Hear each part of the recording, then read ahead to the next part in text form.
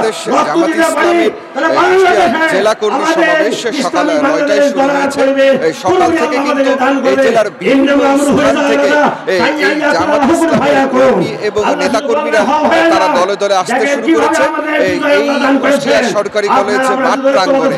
আমি যদি বলতে হয় আমাকে ভোর থেকে জামাত ইসলামের কুষ্টিয়ার যারা নেতাকর্মীরা আছে তারা খুব ভোর থেকেই দলে দলে তারা যুক্ত হয়ে এই জামাত ইসলামের যে কুষ্টিয়া জেলার যে কর্মী সমাবেশ সেই কর্মী সমাবেশে আসতে শুরু করেছে।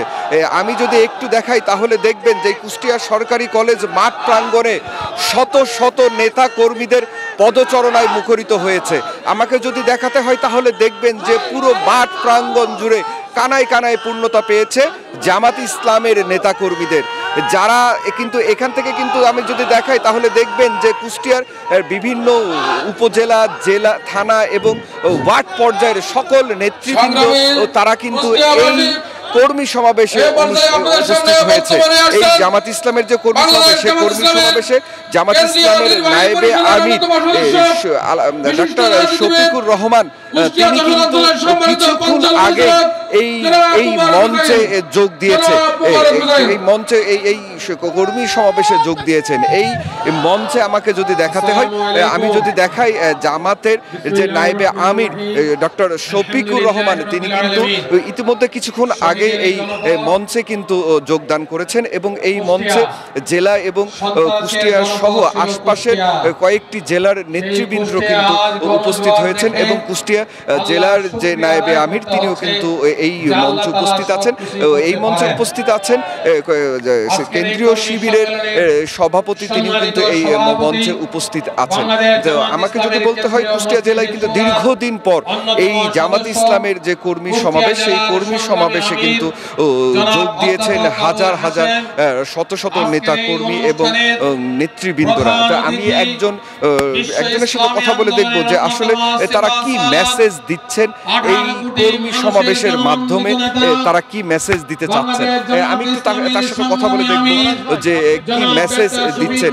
আমি কথা বলবো কুষ্টিয়া ছাত্র শিবিরের সাবেক সভাপতির সাথে কথা বলবো, দেখি ওনার সাথে কথা বলবো যে আপনারা কুষ্টিয়ায় এই কর্মী সমাবেশ তো করেছেন, আসলে আপনারা কি মেসেজ দিচ্ছেন।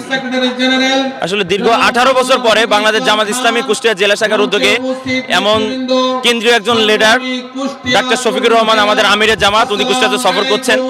দীর্ঘদিনের এই স্বৈরাচারী যে রেজিম একটা গভর্নমেন্ট ছিল তারা আমাদেরকে কোনো ওপেন কার্যক্রম পরিচালনা করতে দেয়নি।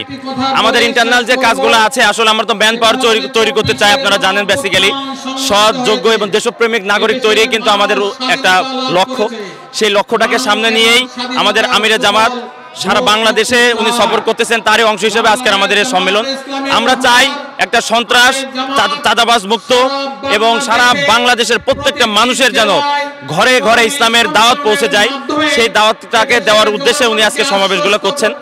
এই দেশের মানুষের কোনো অধিকার গত 16 বছরে আমরা পাই নাই। চাউলের দাম বেশি, সাধারণ মানুষের যে মৌলিক 5টা অধিকার, কোনো অধিকার মানুষ সঠিকভাবে পায় নাই। এই অধিকারগুলা প্রত্যেকটা মানুষের দোরগোড়ায় পৌঁছে দেওয়ার লক্ষ্যে আমিরের জামাত সারা বাংলাদেশে উনি সফর করছেন।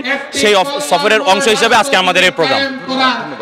আপনি যেমনটি শুনছিলেন জামাত ছাত্র শিবিরের কুষ্টিয়া জেলার সাবেক সভাপতি, তার সাথে কথা বলছিলাম। তিনি কিন্তু জানাচ্ছিলেন যে সারা বাংলাদেশে এই জামাতের যে কর্মী সমাবেশ সেই কর্মী সমাবেশ অনুষ্ঠিত হবে, তারই অংশ হিসেবে এই কুষ্টিয়াতে কিন্তু এই কর্মী সমাবেশ কুষ্টিয়া সরকারি কলেজ মাঠে অনুষ্ঠিত হচ্ছে।